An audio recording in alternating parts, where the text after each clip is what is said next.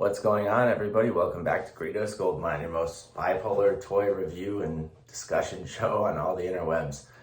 We never have the same catchphrase twice, which is always bipolarish, but hey, what can you do? Let's talk Spider-Man retro card action figures, particularly the Chameleon here. What is cool about this to me, and also very bittersweet at the end of the day that I realize as a Marvel Legends collector, well, being that the last year's been tough to say the least. If you've seen a lot of the videos on the channel, I've had to put a lot less resources, in fact, almost none, towards collecting this year in particular, and really working on survival mode. And what I noticed in that process was going through the collectibles that I was selling, that I was giving to my kids, that I was keeping for myself, shipping back home to Chicago for safe being, etc. That really, at the end of the day, the ones that I was truly collecting were certain Avengers and their villains, of course, the main ones, as well as Spider-Man stuff related to the animated series and the X-Men. And in my homeland of Chicago, I'm pretty certain I remember having the X-Men 97 wave and other cardbacks, a whole bunch of others in package, as well as all of the key Spider-Man villains and characters that I wanted from the animated series as well, short of maybe Vulture, who I gave to my children. But there was always one missing, and that was Chameleon. I remembered having an action figure of Chameleon as a kid that was pretty cool, and I always wanted him in Marvel Legends form. So take a look at the front and the back. We finally got a Chameleon, and I found it at Target the other day while doing some grocery shopping and just curious what was in the toy aisles. But what's bittersweet about Chameleon for me is that I realize that when it comes to large portions of my Marvel Legends collection, whether it's sold off, never to be gotten again, or I have it in Chicago, or I gave it to my kids, this was pretty much the last key Spider-Man figure I personally needed for my collection, to whether it be to review, display, give to the kiddos, whatever it might be. Not even open it at all. I'm thinking about leaving it on Cardback like the rest of mine in Chicago are at this point.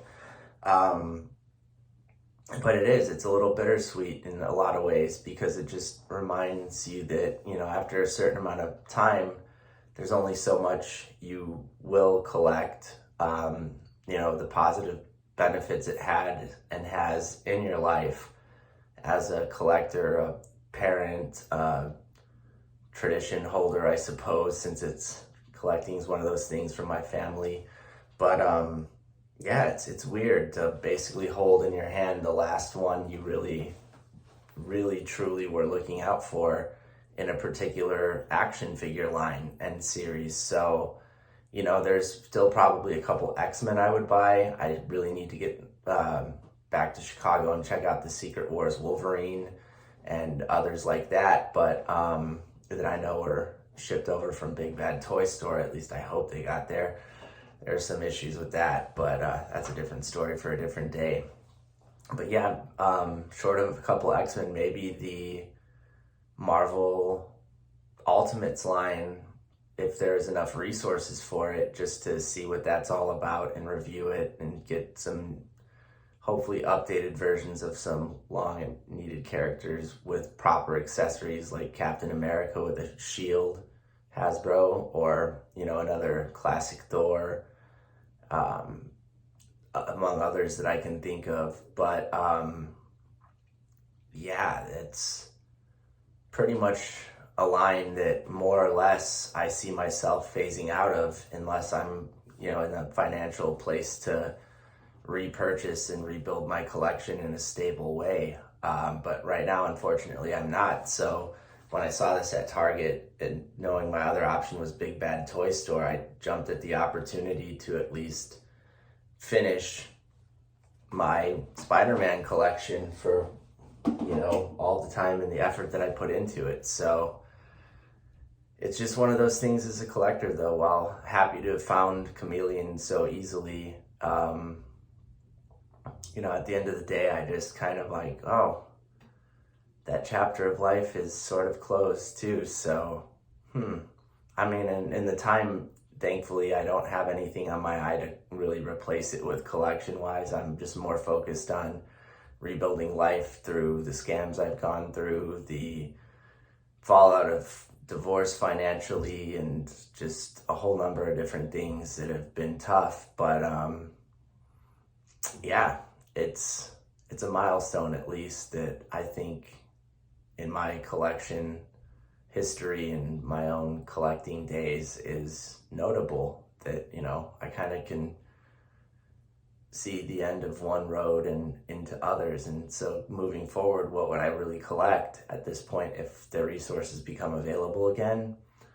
I would definitely stick to Star Wars original trilogy. I don't think I would rebuild too much of my episodes 1 through 3 at this point, being that I pretty much gave that off to my kids. Maybe a couple characters here and there, but not really on that front. But I do want to get some of the OT characters that have been updated if they're up to par, like Luke, Leia, Cantina, aliens, things like that. And then definitely WWE moving forward is probably the primary focus when I can afford collecting to keep into, being as big into wrestling as I am.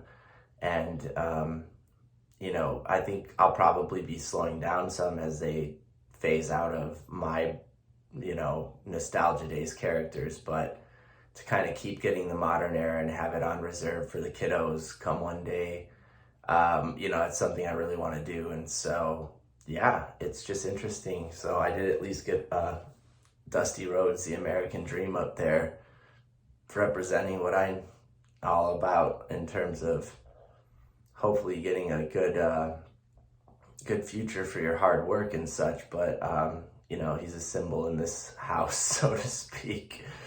But yeah, just like I said, something I noticed after my last toy hunt about the bittersweetness, about kind of nearing the end of the goals of your collection and what that kind of means moving forward as a collector, especially when in a hard place economically. So if you found this interesting at all, don't forget to like, subscribe, share, and wherever you are out there, hope you're having a good one, and we'll catch you on the next one. Thanks, folks.